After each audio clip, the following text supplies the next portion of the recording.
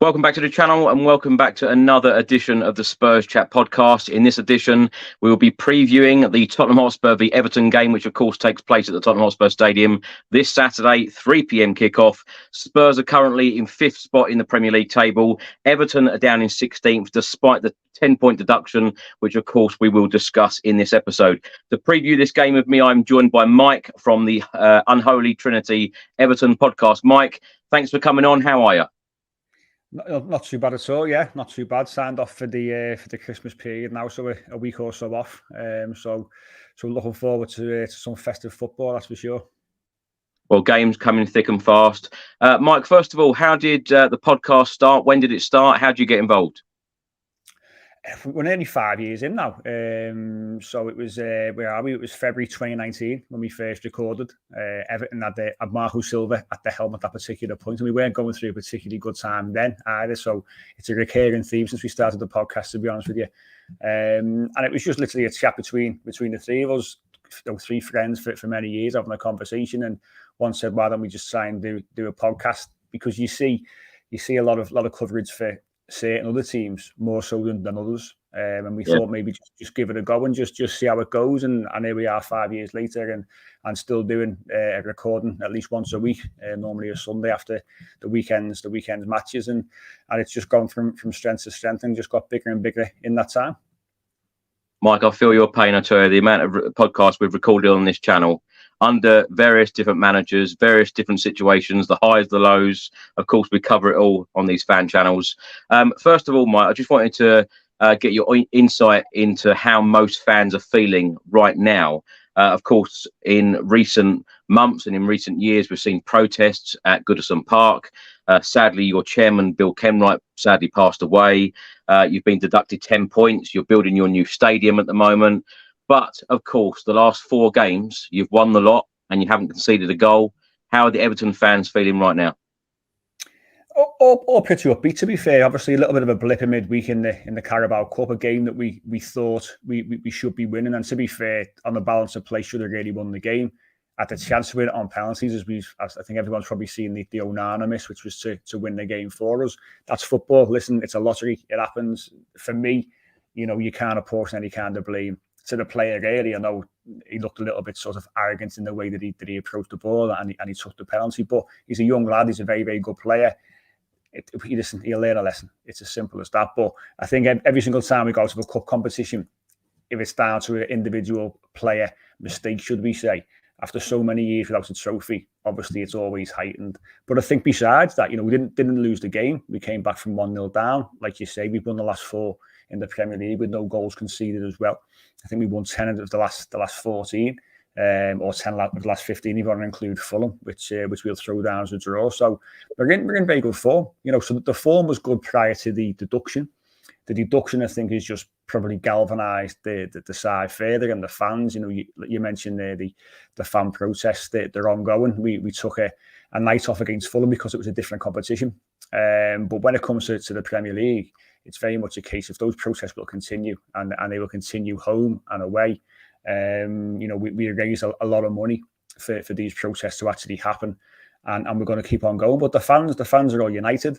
We know it's a difficult game at the weekend, of course, but we've been through some difficult games in the last 4 weeks or so. So we'll keep on going together, and we'll be united, and we'll keep on supporting the team. And as you say, we're in good form, and long may that continue. Mike, both clubs, both Spurs and Everton, have been through so many managers, particularly in recent seasons.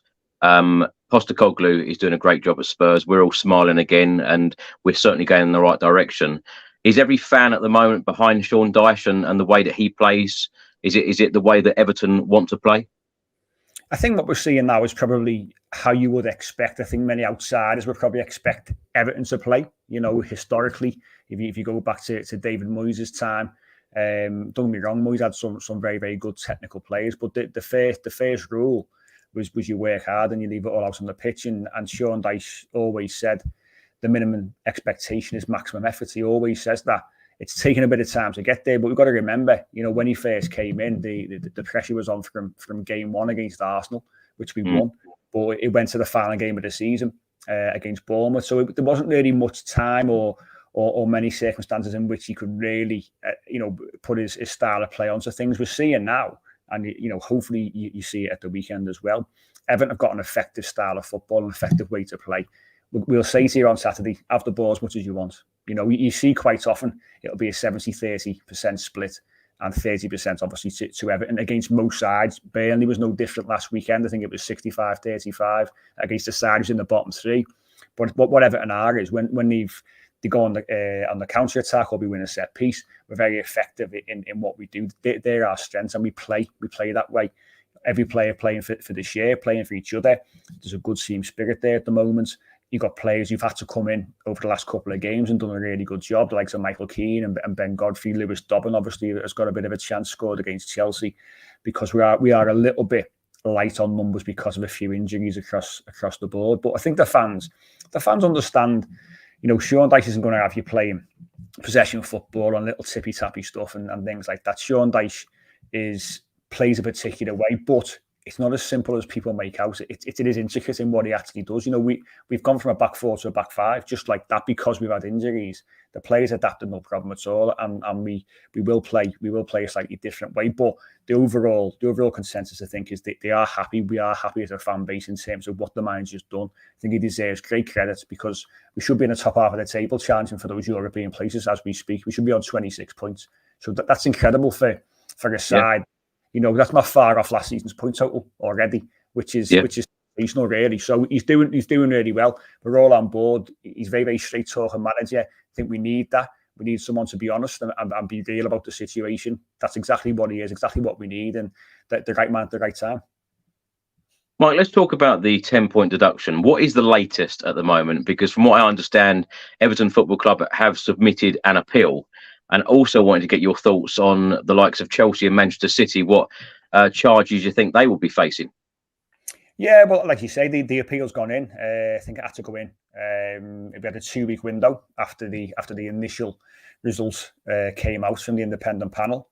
So we were given 2 weeks to appeal, which we did. That's gone in. What's baffling is that we had 2 weeks to get all our appeal points together and obviously put our case forward again. But then the Premier League and the independent panel get until sometime before the end of the season to actually hear the appeal. Now, I've heard it should be February/March. No good to anybody. If it keeps on dragging on, it's no good to us. It's no good to sides who are down the bottom, because obviously most sides who lose 10 points are going to be down the bottom fighting for the survival. We've proven that we can pull away with those 10 points taken off us already. We're already 7 points clear. But that's where we currently are. We've got to await this second independent panel to be appointed. It hasn't as of yet, from what I know. There's been no date set for the appeal, but February/March is the time that we're looking at. And I think it's, when we look at other sides, I think the basis of our frustration as fans, I don't really think we can start going down the road of looking at Man City and Chelsea and other sides. Totally different situations. I think, our frustration stems very much from we feel we've been used as a bit of a pawn in a political game, because the Premier League showed that they can self-govern. Obviously, the independent regulators are on the brink of coming in.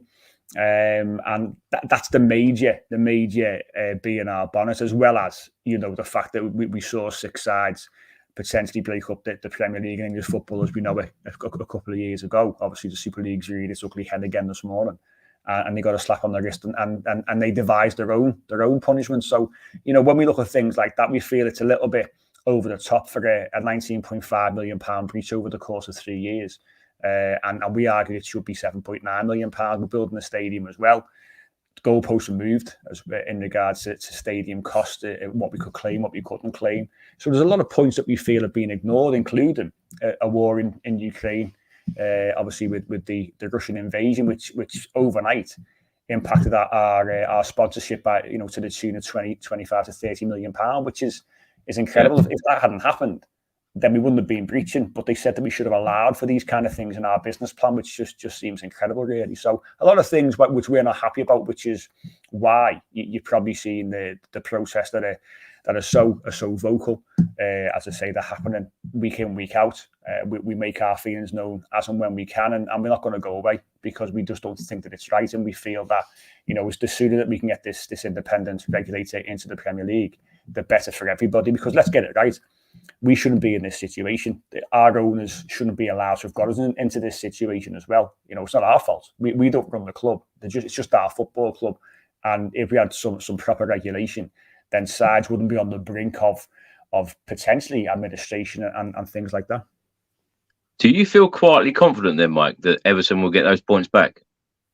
Not all of them. We will get all 10. They're certainly not. I think we might get some suspended, maybe sort of 4 or 5. I think we'll get some of them back.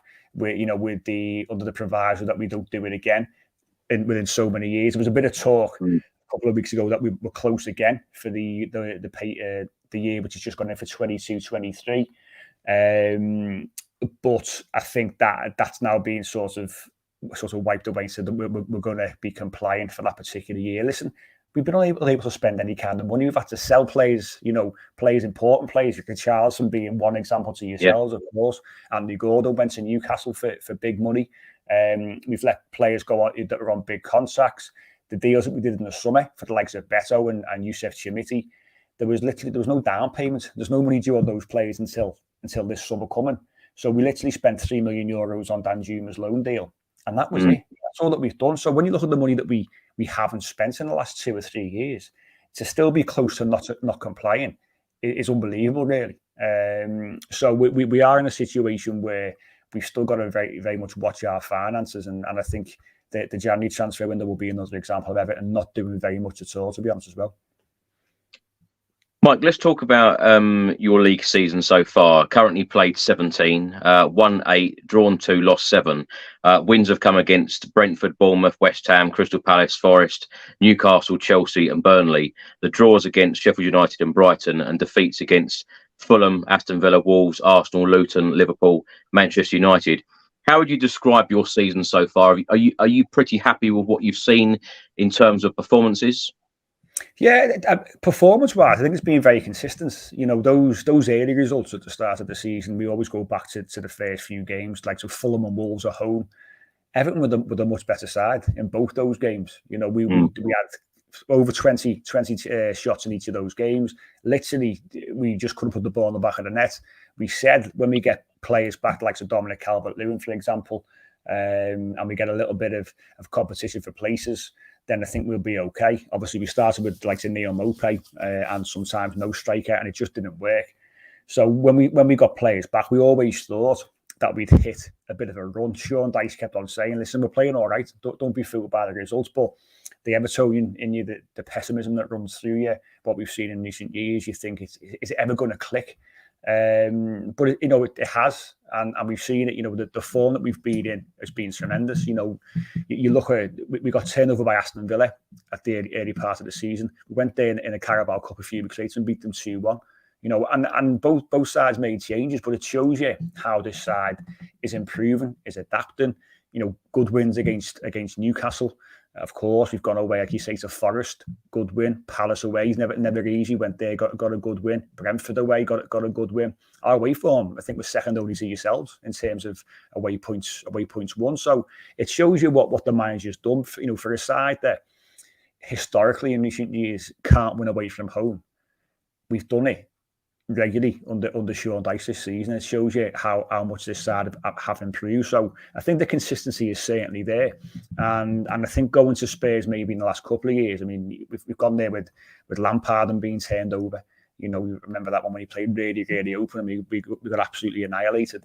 So we've gone there in recent times and lost heavily a couple of times, but we shouldn't be going there, I don't think, sort of with any kind of trepidation. We're in really, really good form. As we said, won the last 4. Away from home, we're a good away from home side. So we should be looking forward to it. I think the only thing which is going to really play into things is the fact that we are a little bit stretched when it comes to bodies, and the players looked a little bit tired late on against Fulham on Tuesday. You've had that rest, obviously, playing last weekend and then not being in the cup competition this week, so you've had a full sort of 7 days or so to get over your weekend exploits. So it's going to be a tricky game, but I think all in all, as a fan base, we're massively pleased, and we think that Sean Dyche should be getting a lot more credit than he actually does, because those league placings are false as far as we're concerned, and we should be right in that top half and looking above, not looking down. I'll tell you what though, Mike, we do still have injuries to key players such as James Maddison and Mickey van der Ven. We miss them too a lot, as well as others. But Sean Dyche had his press conference Thursday afternoon and confirmed that Mikalenko is due back. Coleman is touch and go. The Corey not for this one, and Young is making progress, but he doesn't think he's going to make this game. Just talking about the, I know you said you're pleased with the performances so far this season, but you know the form in December, 4 wins out of 4, as we've both already mentioned. What has changed? What has changed in these last 4 games to go on a winning run like that? Because I don't mean this with any disrespect whatsoever, because I've got a real soft spot for Everton. You know, that's not normal, is it, for Everton in recent seasons, winning 4 on the bounce? Not at all. No, I mean, the last time we won 4 on the spin without conceding was 2002, November 2002.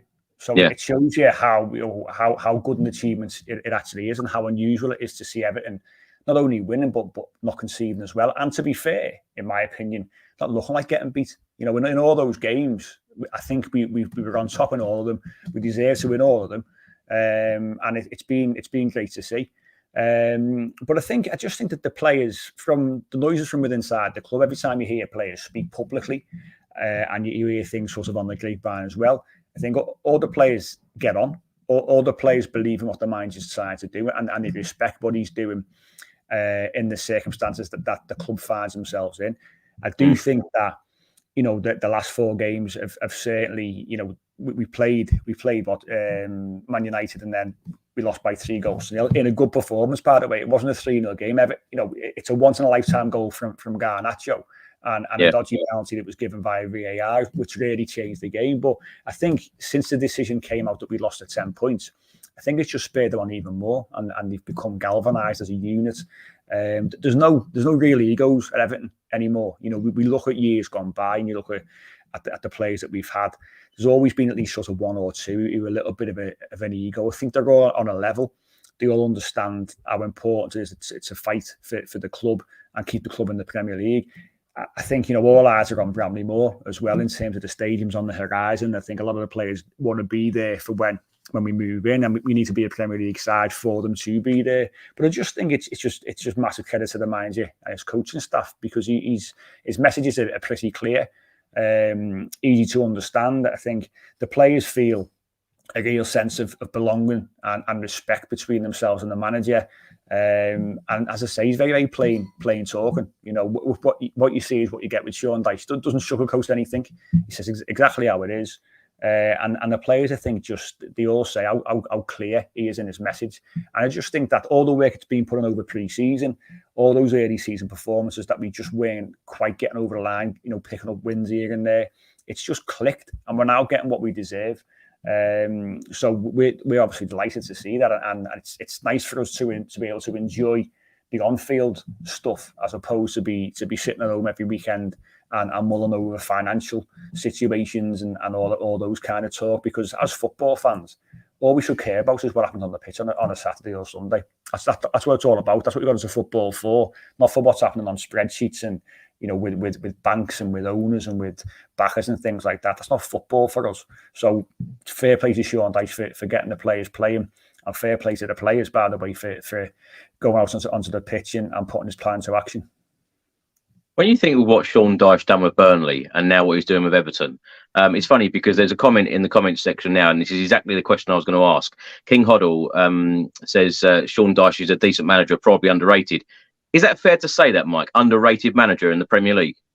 I think so. I think that, you know, the fact that he's known for managing Burnley, he was always known at being at a club that were, you know, punching above the weight, really. Yeah. But, you know, I remember when he was there, and I remember speaking to somebody who was involved in sort of transfers and recruitments and things like that. And Burnley's plan was always to buy British players, basically. That was what they used to do. So they weren't a particularly exotic side, if you like. They weren't a side that were going to come out there and play sort of flamboyant football. And I think what you know, the issue with that is, for some people, they just see that as basically, well, Sean Dyche is a 4-4-2 manager. You know, he's a typical British manager, buys British players, doesn't look for any kind of flair. What you see is what you get. It's very, very sort of basic and straightforward, and to a point it is. But I think that, as I said, you know, Sean Dyche, we've changed things from a back four to a back five, literally overnight, because we've lost players to injury. The players are bought into it. They've known the job. At times when we've had to have possession of the ball, we've been able to do it, but we certainly look much better out of possession. You know, everyone knows what they should be doing, and we look like a real solid unit. But I think he is underrated just because of the fact that he had a particular blueprint at Burnley. Everyone thought it was quite basic, but everyone forgets what he did. You know, they qualified for Europe for the first time. You know, it was for Burnley to do that, a club of that particular size, who come off from the Championship, who was there for 8 seasons. And to be fair, if they would have kept him there that season that they went down, I think they would have survived. You know, they brought in Michael Jackson. And, you know, as all clubs do, it was always a knee-jerk when you're in that kind of situation. But Sean Dyche has been there, done that. And it showed last season for us that he was the perfect man for the situation. You know, the fact that we did survive after when he came in, we were clear, you know, we were comfortably in the bottom 3. Some of those wins that he got, you know, Brighton away, 5-1. Who saw that coming? You know, who would have thought Everton would have gone to Brighton and been so clinical and absolutely destroyed them? You know, not many people say he beat Arsenal, he beat Leeds, Bournemouth last game of the season. He deserves immense credit, and I think he's underrated. And I said it at the time, I think that we got him at the right time, because after us, both Leicester and Leeds let the manager go, and the first name on the top of their list would have been Sean Dyche. Yeah. Mike, you mentioned the new stadium. It's expected that Everton will move from Goodon Park to Bramley Moor Dock at the start of the 2025-2026 season. How excited are you for the stadium move? Because I remember Spurs moving from White Hart Lane. Of course, we went to Wembley, and then we come back to the Tottenham Hotspur Stadium sometime later. It's very different, but Spurs did a fantastic job with our new stadium, and I love the fact that it's on the new site. Of course, it is a completely different site. I've been to Bramley Moor Dock a couple of times during the build. It's looking incredible. How are you feeling ahead of it? Massively excited, like you say. You know, it's a massive wrench to leave Goodon Park, of course. You know, it's all we've ever known. You know yourself with White Hart Lane. Like you say, a bit different because you went to Wembley for a little bit and then came back because you were on the same site pretty much. Bit different for us. So we're going to be at Goodon Park right up until the move. We thought we might have got half a season in there next season at Bramley Moor, but they've elected not to do it that way. A bit strange financially when you need money as a club not to go, because it's worth about, I think, 7 or 8 times more money on a match day. So it's a massive uplift in terms of revenue, but Goodon Park will get the correct send off that it deserves. A full season there, we know exactly where we are with our countdown to the final game of the season at Goodison. But it's a massive wrench to leave. That's the biggest thing. But we've got to move with the times. There's no way we could have renovated Goodison Park and made it any bigger. You know, you've probably been there yourself. It's massively tight to a lot of the houses around it. The only real space is the park end, which is behind one of the goals. And even then, you can't do a great deal. You know, it's one of those grounds that, unfortunately, now are few and far between. You know, you look at the 3-tiered main stand. You look at the pillars; they're getting in your way every time. You're looking down pillars all the time to try and see the pitch.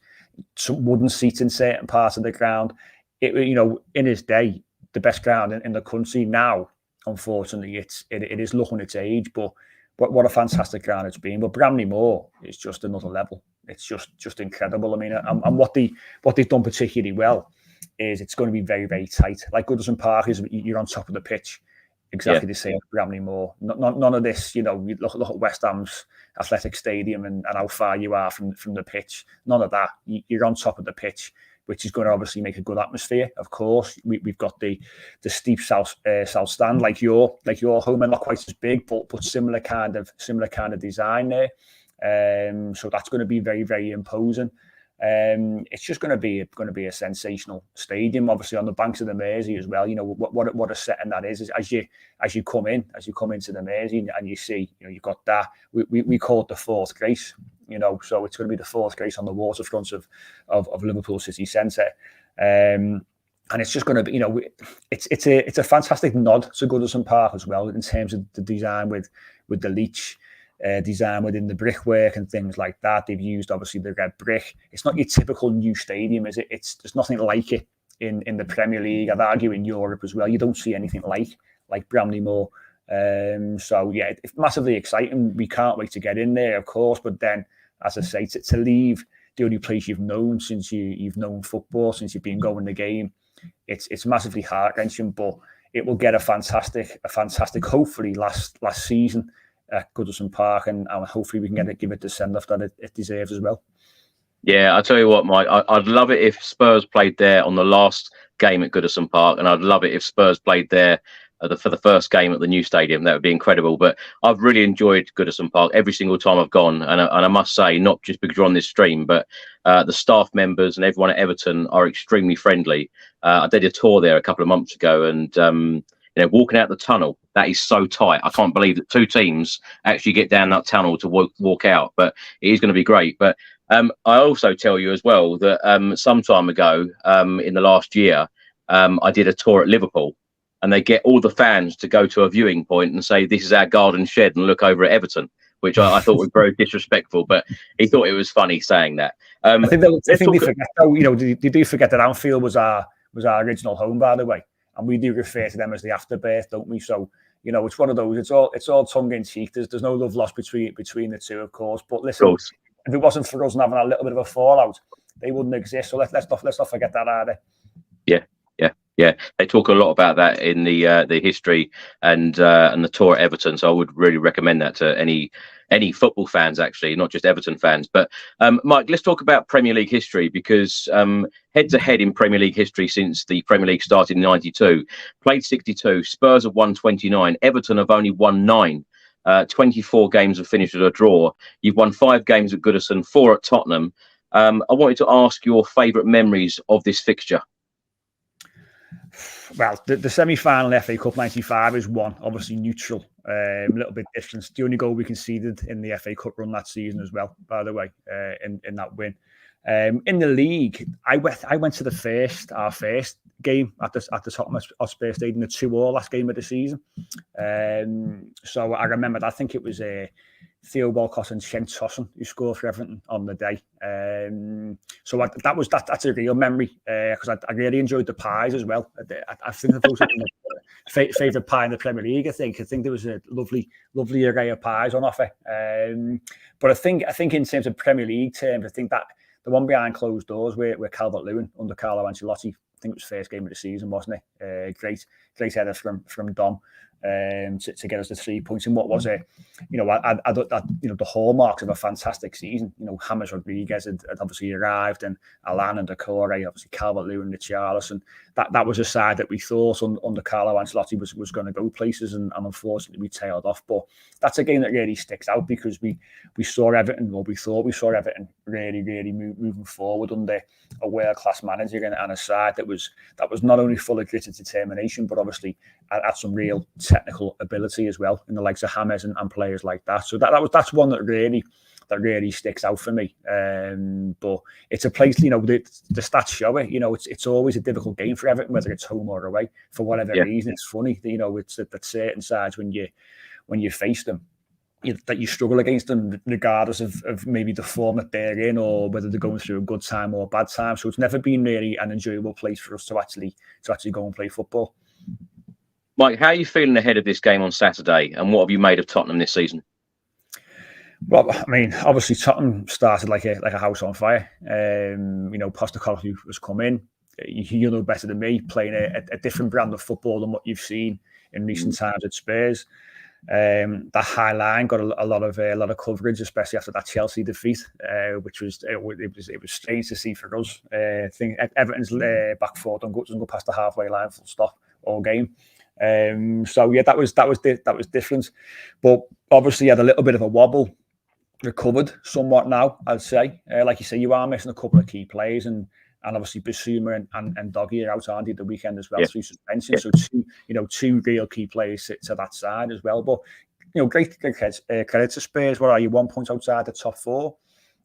Real chance, if you can keep up some level of form, that you can get into that top 4 again. I think having no European football is probably helping Spurs massively, to be honest with you. Again, you know better than myself, but sometimes when you haven't got a massive squad, it hinders more than it helps. As much as you know, it's great to be in European football, Champions League especially, but it can be difficult playing, you know, Wednesday, Saturday, or Thursday, Sunday, every other week, and it can be hard unless you've got the riches that your Man City and Liverpool have got, and the use of competing on so many fronts. But I think, you know, as I say, Spurs are going to be in and around those Champions League spots, I would say. I think that the manager's got a good balance there. He's got some real quality there, some good young players. Great to see Richarlison. It's a bit of fun. We all love him. We know we had to sell him and why we had to sell him.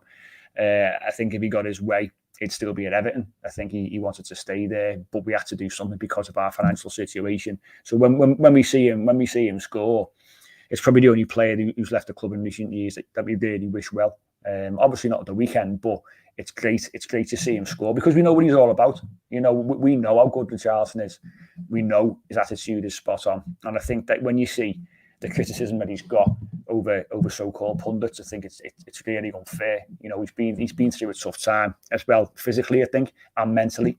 But he's a real talent. He's a real threat. And at the weekend, you know, between Son, Kulusevski, you know, those kind of players, Everton's back four have got to be on the game. Otherwise, you know, we'll ship sort of 2 or 3 goals quite quickly.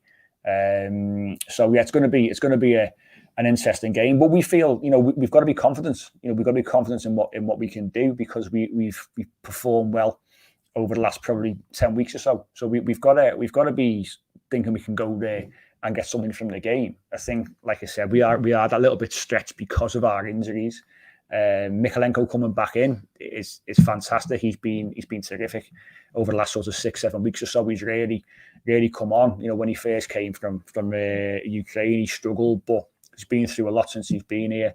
So him coming back in probably means we go back to a back four, I would think, if he's fit.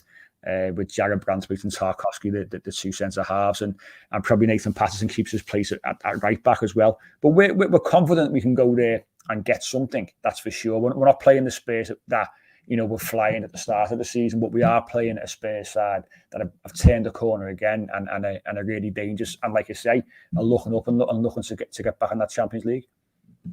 Mike, you speak so highly of Richarlison. Of course, he has struggled at Spurs, it's fair to say, and he has hit form these last couple of games. And hopefully we're going to see that, you know, from now until the end of the season. Of course, there has been many reports stating that Saudi clubs may be interested in signing him perhaps in the summer. So that'd be an interesting situation. But I wanted to ask you what you think his best position is, because, of course, he's played out on the left. Postecoglou came in. He played him through the middle. Heung-min Son then had a turn going through the middle. He's now back out on the left. Richarlison's back in the middle. What is Richarlison's best position, in your opinion? I think he always likes to say that he's better centrally. He's always said that, I think, because when he goes away with Brazil, you see him play as a central striker, really. So we would always argue that that's his best position. I'd say we probably saw the best of him off the left, you know, cutting inside on his right foot. But he played quite often. When he had his best time at Everton, it was him and Dominic Calvert-Lewin as a 2 almost, but he'd play a little bit deeper. But he would quite often just float to the left-hand side, and as I say, just cutting on that right foot. So I would say that. I think, and you know, no one can argue, he's a goal scorer. He's great in the air for a fella of his size. You know, he scored a header against Forest, didn't he? But he's great in the air, and I think wherever you play him, he will score goals. I just think that he's just taking that little bit of time to adjust to life at Spurs and going away from, you know, he's only ever known Everton in this country, you know, and he was massively settled in Crosby, which is, you know, not too far from the beach where, you know, where Carlo Ancelotti used to live as well. He was massively settled there with all his family. He was known in the area, you know, he was really friendly. You know, he was a cult hero to Everton fans. And I think when you go from that to then going to another big side and a side who's, you know, you playing European football, it can be a bit of a challenge, but the talent is there. What is he now, 24, 25, Richarlison? So plenty of years ahead of him. He's nowhere near his peak, that's for sure. But I think, you know, wherever you play him, what you do get is you get somebody who will give absolutely everything, you know. And opposition fans will always say, oh, he's always a moaner, he's this or that. He just wants to win, you know, and he wants to score, he wants to contribute. And that's not a bad attribute to have as a player like that, who is a real winner and will leave everything on the pitch. And it sounds really simple to say that, but how many players are accused of not playing to the full potential and certainly not giving it all every single time they cross the white line? But for him, his attitude can never ever be questioned, and I think he'll go on to do really well. I can't see him going to Saudi. I just think that he would. For him, he's got ambition, and he's a young player. He certainly doesn't need the money. He'll want to win things in this country, so I don't think he'd be looking to go to Saudi. I think when any player goes through a bit of a bad time, it's an easy link now, isn't it? The fact that they're a Premier League player. Does a side in Saudi want them? For me, not really. He's full of ambition, and he'll do good things at Spurs. That's for sure. Yeah, I agree. Players in their mid-20s shouldn't be going over to Saudi. They should be living their careers first of all. Perhaps going over there at the end of their career, I think that's more understandable. Mike, who's been your standout players this season? Who do us fans need to look out for? Well, I mean, Decore was the one, wasn't he? But he's injured, which is a bit of a blow to us. Obviously, missed a game in midweek, and he's going to miss the game at the weekend. And he only played 45 against Burnley, so he's been terrific since Sean Dyche came in. He's always got a goal in him. After I think he scored 4 in about 69 games. He then scored 11 in 31. So he's really turned things around in terms of his goal scoring form. In terms of other players, Jared Branthwaite has been terrific at the back. Great young centre half. He's been linked with a lot of clubs in the last including us, including yourselves. Yeah, including yourselves. He's a young player who went abroad, went on loan last season to PSV, won the Dutch Cup there, played about 31, 32 games for them.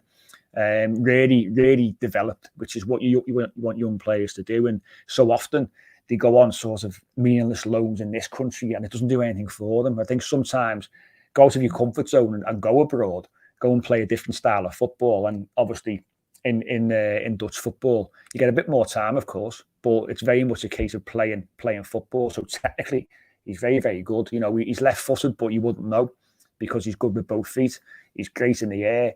He's got brilliant recovery pace. He played left-back against Fulham and didn't look out of place, So he's been a real credit to himself and to the side this season. And obviously on Saturday you'll see what he's all about. And he's becoming a bit of a leader as well. He's one of those young players now who's learning off James Tarkowski, of course, but somebody who's not shy in backing down and telling other players what he thinks of them. So he's been really good. And someone who we think, is probably one of our biggest assets alongside Amadou Onana, who's just been terrific. He came in last season for decent money, about 30 million euros, and took a bit of time, lacked a bit of consistency, but when he was on it, he was on it.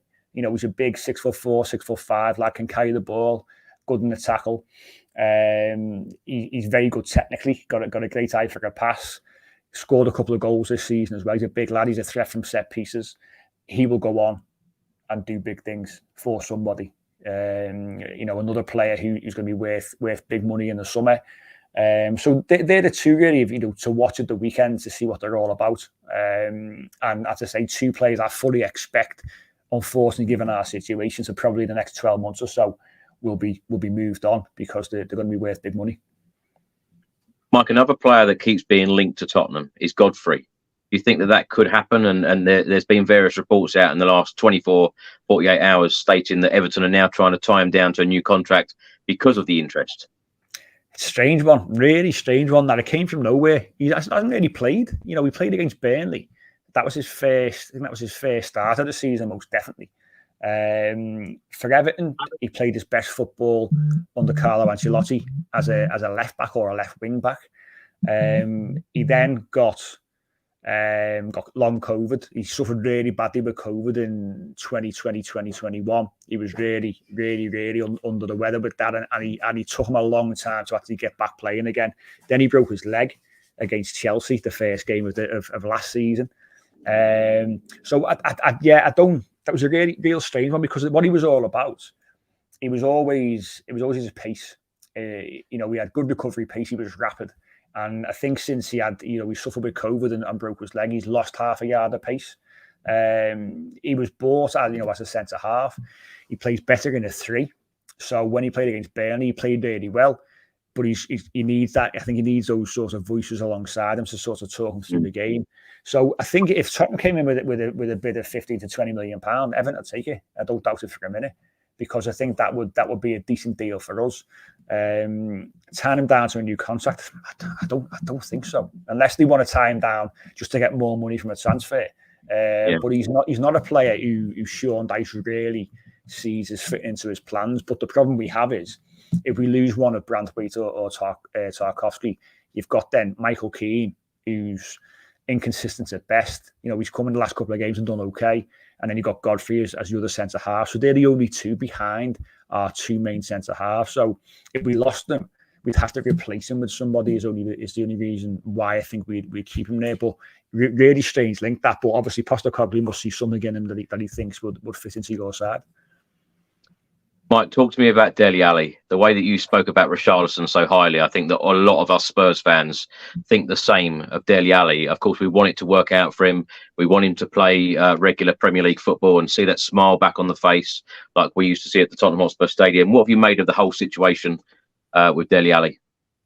Obviously, really difficult time for the kid, of course. We all saw the interview with Gary Neville when he opened up, which obviously was heartbreaking. And I think from that moment on, I think everybody within the football community just wants him back playing football. He's had a really, really tough time. When he came in, the hope was that Frank Lampard could get him playing football and getting him back to a particular level. There was that mutual respect there, and there was no one better to learn off for Dele Alli than Frank Lampard, given what he did in his Premier League career. But he didn't play a great deal really under Frank Lampard. We thought he'd get more game time. He came on in that Crystal Palace game, obviously the one that kept us in the Premier League at half time and changed the game. He was terrific. But then obviously goes on loan to Besiktas. There was a few issues over there. So we all want him to come back and get back playing football. We know there's this clause where if he plays 7 more times, then we've got to pay another 10 million quid. We've been trying to negotiate that with Spurs. I heard about 2 days ago he's done for the season. I'm not sure how true that is, but I've heard he's broken down and saying again, which is not good news, of course. So I think any negotiations to do with Dele going forward will probably go on hold. If he is done for the season, that'll be him done for Everton. I think he's out of contract at the end of the season, so we won't see him in an Everton shirt again if that's the case. And it's a real shame because Sean Dyche is given him all the time in the world, made sure that we try and get him through as best we can and get him into a level of fitness physically and mentally, he's feeling good about himself. And he was getting there, and we saw him back on the training with the first team, doing the warm-ups with them, and he was close. But it does appear again. That's only what I heard the other day, that maybe he's had another little breakdown, which could cost him any more game time. But you just want him back playing football.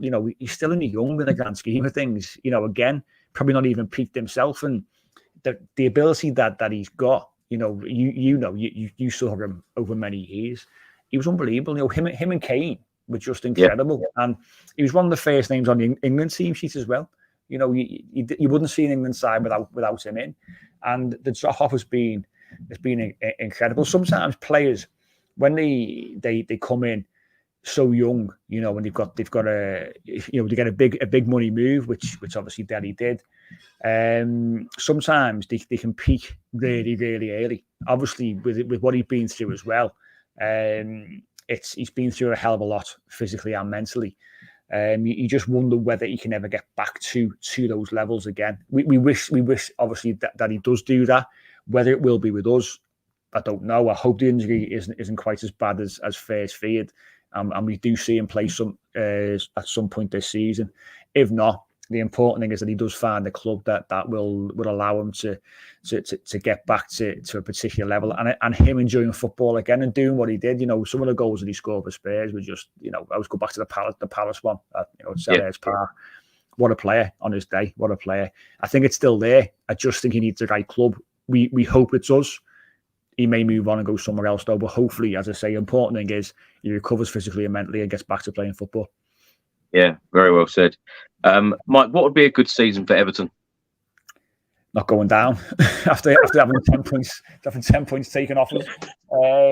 As I say, I think we'll get some points back. I think before the season started, I was thinking in and around sort of anywhere between 12th and sort of 15th, 16th would be acceptable, given obviously where we've been the last couple of seasons. I think even with the 10-point deduction, we'd fall within that particular category. If we get sort of half of them back or more, no reason why we can't finish sort of top 10. Because, the sides, the likes of your Brentfords, your Brightons, West Ham's, Wolves, they're all very inconsistent. Brighton aren't at the same level as they were last couple of seasons. Brentford are struggling without Tony. And obviously they've got Mbeumo's got quite a lengthy injury as well. So a lot of sides are majorly inconsistent. I think, as usual, the same sorts of 7-8 sides, and I'll include Villa in that as well, who've done terrifically well. They'll be the ones in the top 8.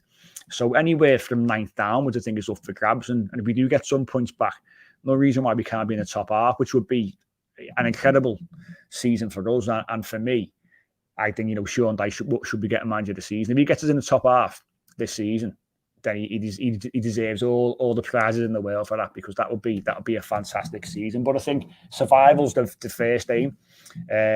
Anything above sort of 11th would be an unbelievable season for us, and a season that's what we want. We want a season without any kind of dramatics. Unfortunately, we've had plenty already. But if we can have a season where we're not looking over our shoulder, we are looking up at the moment. We are 7 points clear of the bottom 3. Things can change. We've got yourselves, then we've got Man City on the 27th. So things can change quite quickly. But we just want a bit of a season where we can just relax. But we're going through the deduction. We're going through a potential takeover by a gang of cowboys, for want of a better phrase.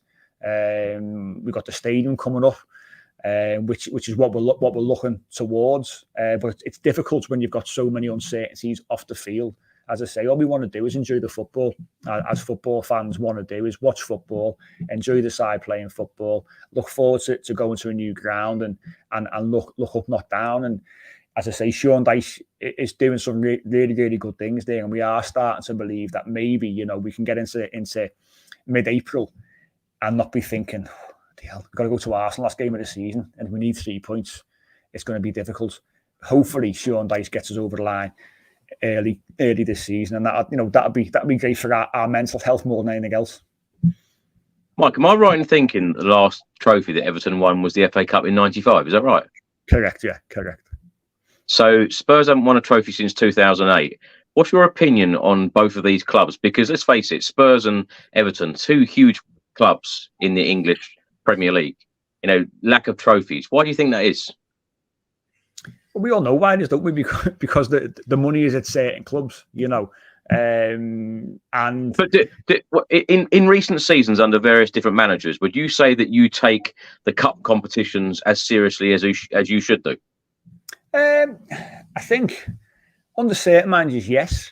I think there's definitely been occasions, even under David Moyes, there was times where Moyes changed things quite dramatically. I mean, West Ham fans will testify after last night at Anfield, what happened there in terms of what Moyes did. He sort of put more focus on the United game at the weekend than he did, which when you got 6,000 fans travelling midweek from London up to Merseyside, it's unforgivable, really. So I think there's been seasons when we haven't, I would say. But I still think that, when you look at Man City's record in recent years in the League Cup, for example, before that, it wasn't, Man City were never really fighting for the League Cup. It was sort of spread out around various clubs. I just think that money has come in and we've started to see the same clubs winning the trophies, really. We know that, yourself included. We've seen the odd anomaly, obviously Leicester winning the Premier League, which the Premier League weren't too happy about, of course. You do see anomalies here and there. But money's been a big factor. We wouldn't have thought in 1995 that at that particular point when we lifted the FA Cup, that would be the last trophy that we would see up until now. Yeah. We thought we were onto something good with Joe Royle coming. Obviously, Joe Royle came in. He kept us up. We won the FA Cup. We brought in some real quality under Joe Royle. And then the wheels fell off because obviously there was a fallout. And then from then on, it's been a bit of a downward spiral, bar obviously some consistency and some stability under David Moyes and the odd season under Martinez. I just think sometimes when you get into a bit of a rut as well as a club, and we always say about a bit of a rotten culture, when you haven't got the mentality to win a trophy, I think that's always the hardest part. It's to do it again. So when you go so long not winning one, then in the club, there's almost a bit of an atmosphere and a mentality of, we just can't seem to do it, and players maybe just don't believe that at this club we can go and win a trophy, because we've had some really good sides. That Martinez team, 13-14, the first season he came in, best side I've seen at Goodon Park in my time. I was born mid-80s, so I don't remember those years when we were successful. But the best side I've ever seen at Goodison in terms of entertainment, that 13-14 season, Lukaku, Dele Alli, Ross Barkley, these were players that could turn a game with one little sublime bit of skill. And then you had the defence, you had Leighton Baines in his pomp with Seamus Coleman. At the time, the two best fullbacks in the Premier League, in my opinion. And we've had chances to do things, we've never quite got there. But I do think money plays a huge factor, and this is what is really frustrating. You want to get back to a time, and I think unfortunately now football's gone too far. We want to get back to a time when you were seeing variety of clubs winning trophies, whether it be the League Cup, FA Cup, UEFA Cup, as it was then, the European Cup. We had the Cup Winners' Cup that obviously we won in '85. You want that. You want that for football, but I just don't think now, because of how far it's gone, to say you see the Super League situation yet again on the television this morning. You just think that football's in danger of eating itself, basically. It needs a massive reset, football, in my opinion. But maybe sides that are successful thinking it doesn't, but I think it does. But we want success, and we took Tuesday seriously against Fulham, and we did. We played our strongest side that we could. Just wasn't meant to be. But hopefully success isn't too far away, and hopefully getting to that new stadium will help us, build on something and look forward. Yeah. Mike, the referee for Saturday's game at the Tottenham Hotspur Stadium is Stuart Atwell. The fourth official will be Tim Robinson, and VAR Mike Oliver. What have you made of VAR this season? Has Everton been on the wrong side of VAR this year? That's a dream team right there, isn't it? Those three. Jesus, you know what I mean?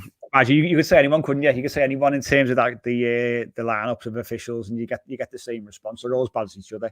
I'm trying to think with VAR that we had the Man United penalty situation where it wasn't given, and Martial was booked for diving at the time, and referee got told to go and have a little look at the monitor, and then he overturned it. It was soft. It was massively soft. I'm not even sitting here saying he dived, but he initiated the contact and went down, and was still given a penalty, and the game changed on that. I think with us, you go back to the Merseyside derby, and not even so much the sort of VAR, but the refereeing performances where we had Ashley Young sent off for 2 bookings in the first half, and then Canate wasn't given a second booking when Beto was breaking free and going to basically run from the halfway line with the ball, gets taken out, nothing happens. We're seeing so many. I think the biggest word is inconsistencies, and if they were the only consistent is that they're consistently bad week in, week out, whether it be the officials, whether it be VAR. The biggest one for the season was obviously at your ground, that Liverpool goal, wasn't it? Yeah. That was the biggest one, the biggest example that we had. But there's been so many of them this season, because it's the fact that you have Sky Sports News having Ref Watch on a Monday.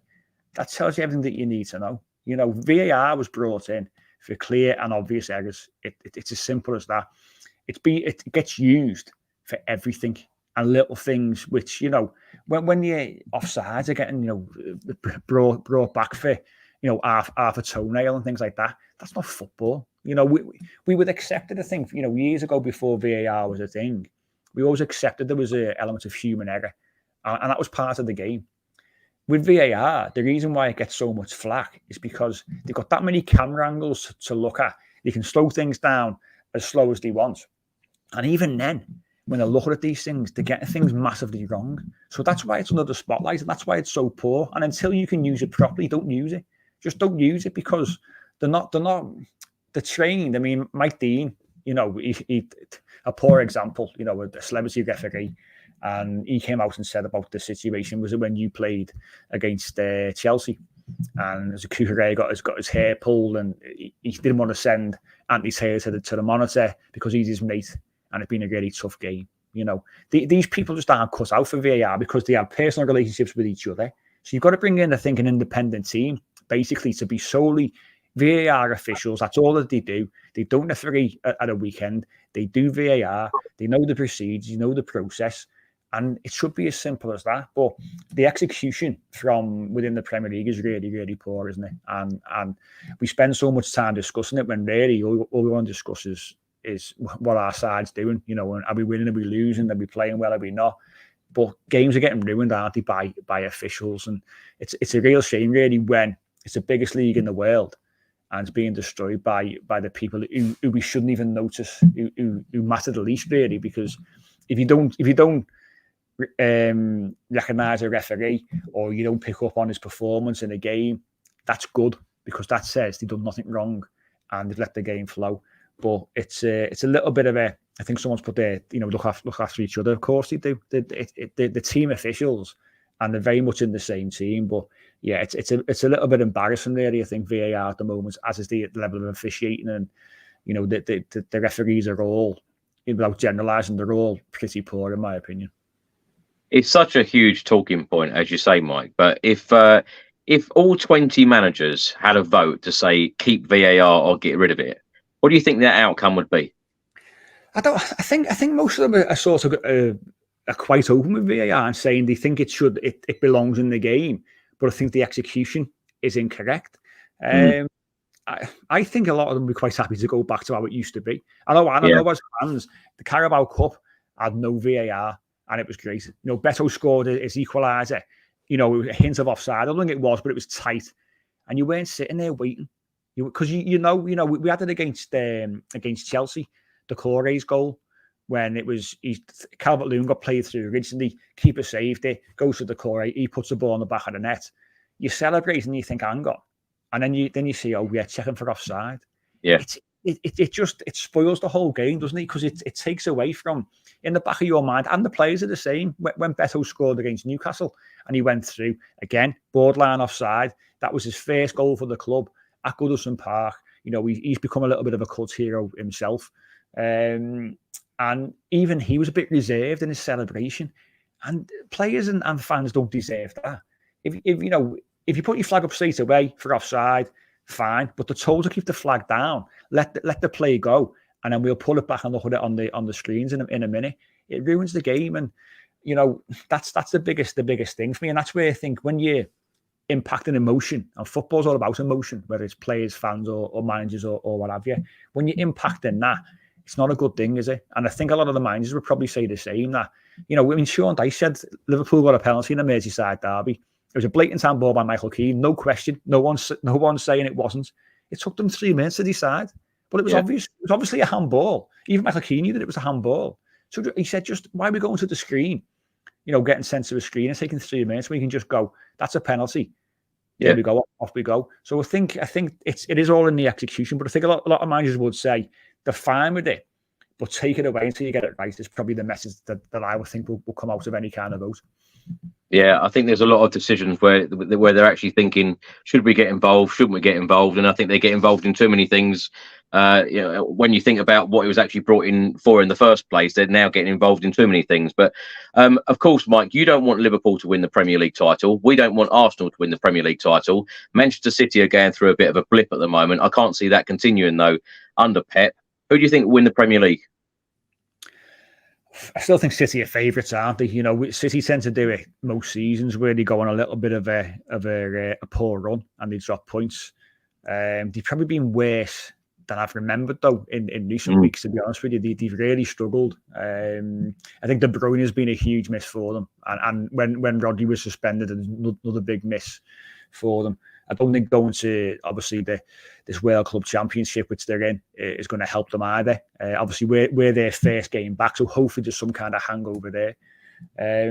But I still think, you know, the quality that they've got, the squad's massive. They've got quality throughout. I think that they are just too strong. I think that the nearest challenges will probably be Liverpool, to be fair. I think Liverpool, you know, as much as Klopp moans all the time, he's got a squad full of quality, and he still take exception in the fact that he can't compete with Man City, and you just sit there and think, the money that they spent in the summer, Liverpool, they do it every single year, so they should be competing. So I think Liverpool will be up there with them. The top four, I think Arsenal will definitely get top four. I'd tip yourselves for fourth, to be honest with you. Newcastle, I said it, I called it. I said they'd struggle this season. Europe have killed them off, which it has done. They're struggling with injuries, of course. So I thought they'd be poor. Villa doing great, nice to see, and they made a change. They sacked Steven Gerrard about November last season. They were by us last season. Sacked Gerrard, brought in a capable manager in Unai Emery, and he's been fantastic. I think they've won over 80 points in this calendar year, which is just unbelievable. Incredible. Yeah, amazing. So great to see them up there, but I think they'll tail off at some point. I do think Tottenham nicked that fourth spot, but City most definitely have got to be favourites, even at this particular point when they're going through a little bit of a rough patch. Mike, final question. Predicted lineup and score prediction. I'll go with Spurs if you don't mind first. I'm going to go for Vicario in goal, Pedro Porro, Romero, Davis, Emerson, Højbjerg, Sarr, Kulusevski, Son, Richarlison and Johnson, because as you mentioned earlier on in the stream, Basuma and Udogie are both suspended. I expect Højbjerg to come in for Basuma and Emerson to come in for Udogie, and Lo Celso is expected to miss the game. Also, Ashley Phillips is back in training, but of course he's yet to make his first team debut, although Ange Postecoglou says that he is a first team player. So this game will probably come a little bit too soon for him. I'm going to go for a 2-1 Spurs win. You're probably not surprised by that. But your predicted lineup and your score prediction? Jordan Pickford in goal. Obviously picks himself. If Michalenko's fit, it'll be a back four, I think, with Michalenko, Branthwaite, Tarkowski and Patterson. Amadou Onana in the holding midfield role. Because of the Corey's absence, we'll have to go with... So Garner Gay will be in front of Onana, with James Garner as the 10. Left wing will be Dwight McNeil. Right wing will be Jack Harrison.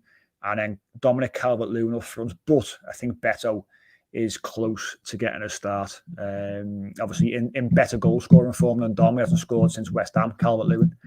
Don't get me wrong, his performances have been good. Bar the Fulham game when he was a little bit off it, his performances have been terrific. We know what he's all about, but I think he'll still get the nod.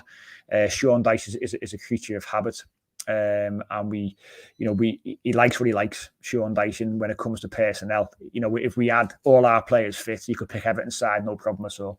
But I do think that'll be our start 11. I'm hopeful that we can get something from the game. I think we'll score because we are a threat from, say, set pieces especially. I'm gonna say 2-2. An exciting 2-2 draw, but we're certainly not favourites for the game despite the form that we're in. Any result would not surprise me, but I'm going to go 2-2. You might be surprised, Mike, that Pat Nevin, who we've got a short preview that I'll play in a minute, he's also gone for a 2-2 draw. But thank you so much for your time this evening. You've been an absolutely fantastic guest and a great insight to Everton Football Club. So all of the very best until the end of the season, but of course not on Saturday or February when we play you at Goodon Park. But before you do go, tell everyone where they can find your wonderful podcast and what people can expect.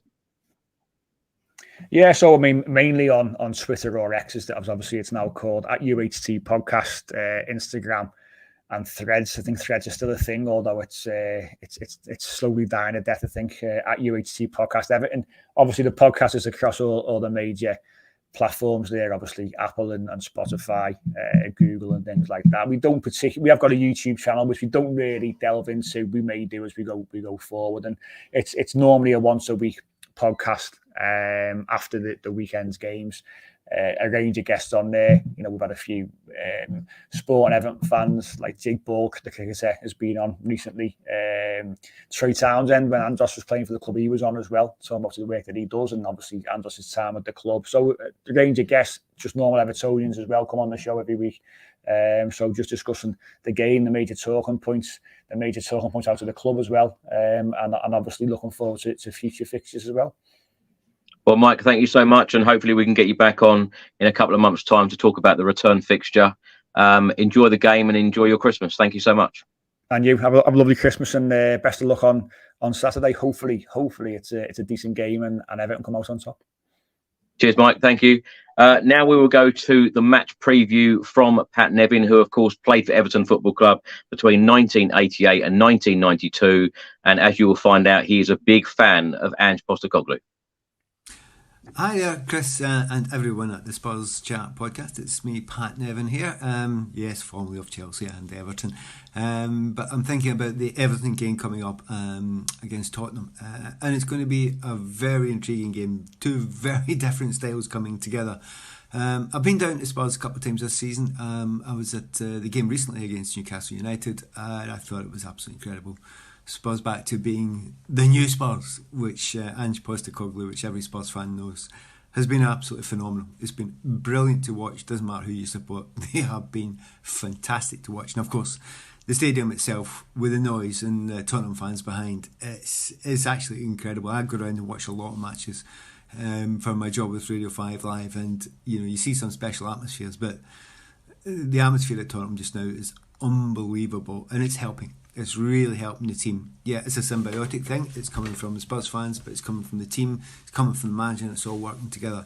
Yeah, there was a little blip, particularly after the Chelsea game, but I think everybody knows what that was mostly about. That was the sending offs and the difficulty of that. But now most of the teams back and playing together, it looks just back to normal again. The Ange thing's so exciting.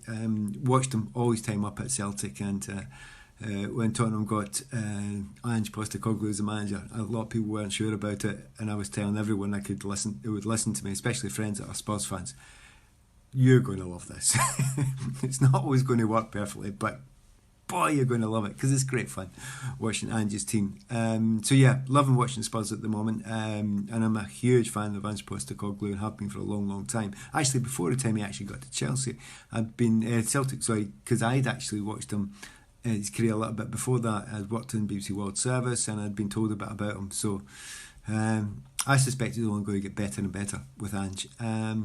So big game. Everyone is a big game, but it's Everton this time. Now, Everton, we all know, very different style. They're kind of hard team to play against, but at the moment they are on a stunning run. I was recently at Goodison for a number of games, and the passion showed by the players at the moment is incredible. Usually in these games there's lots of things to consider, but at the moment the run that Everton are on, 19 points I think it is out of the last 24, that's a team that's supposed to be struggling. No, they're not. They're phenomenal at the moment. That run gets you easy European place and maybe even pushing in the top four, had they done that from the start of the season. And obviously the slight consideration of the 10 points, which of course has actually brought the club together in a way that they weren't together beforehand, which is extraordinary to see them do that. So I'm very, very happy for Sean Dyche. Very different type of manager, very different type of team, but certainly a team that has got the passion that you want to see if you're an Evertonian. So I'm enjoying what I'm seeing there. In the last 4 games that Everton have played, won all 4, no goals conceded. That tells you something about Everton. They will fight and they will chase, and they know how to defend, and they know how to work as a group. And because they've got most of their big players back, and if you look at the midfield, Garner and Anna sometimes in there as well, but certainly Doucouré above everyone else. Doucouré has been off the scale this season. Very much a player that you watch him 1 week usually, and he's world class, and you watch him the next week and you think, are you actually on the pitch, mate? Not this season.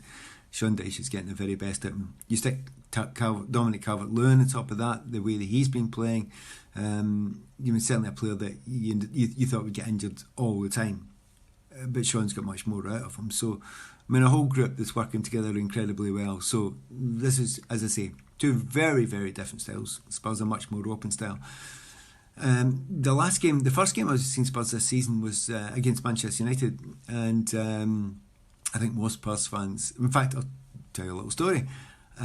While I was watching that game, I was so moved by it that this year, at the end of the year, I was asked by the BBC to put my favourite changing moment of the season in the entire Premier League, and not the season, of the year, of the calendar year, and it was that game.